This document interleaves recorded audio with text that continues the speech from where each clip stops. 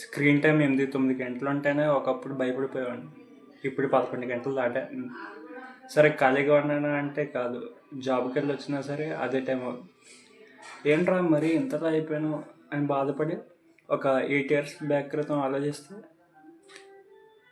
అప్పుడు అసలు ఫోన్ అనే ధ్యాస ఉండేది కాదు.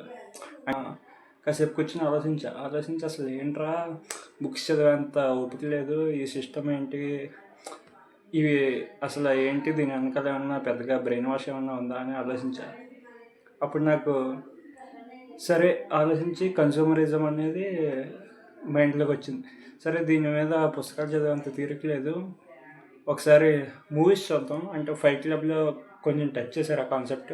సరే ఏంటని చెప్పి చూస్తే నిన్న ది లివ్ అనే సినిమా చూసాను.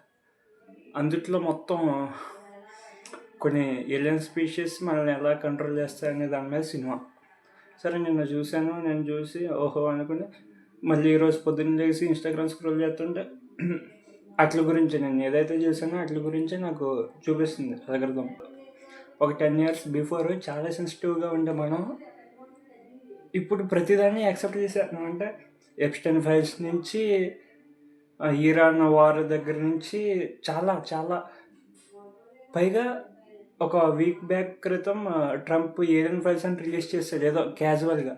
దాన్ని కూడా లైట్ తీసుకున్నాడు జనాలు. అంటే మనల్ని ప్రిపేర్ చేస్తున్నారన్నమాట వీళ్ళు. అంటే ఒక 10 years బ్యాక్ నుంచి మనల్ని ప్రతిదానికి ప్రిపేర్ చేస్తున్నారు అనమాట మెంటల్గా. అంటే వీళ్ళు ఏదో రుద్దేద్దాం మీదకి అని కాకుండా జాగ్రత్తగా ప్రతిదీ క్యాజువల్ అయ్యేలాగా మనల్ని వీళ్ళు బ్రెయిన్ వాష్ చేస్తారు. నాకు ఇప్పుడు అర్థం అవుతుంది, అరే ముందు దోల తీరిపోద్ది, మనకి చెప్పిన దోల తీరిపోద్ది.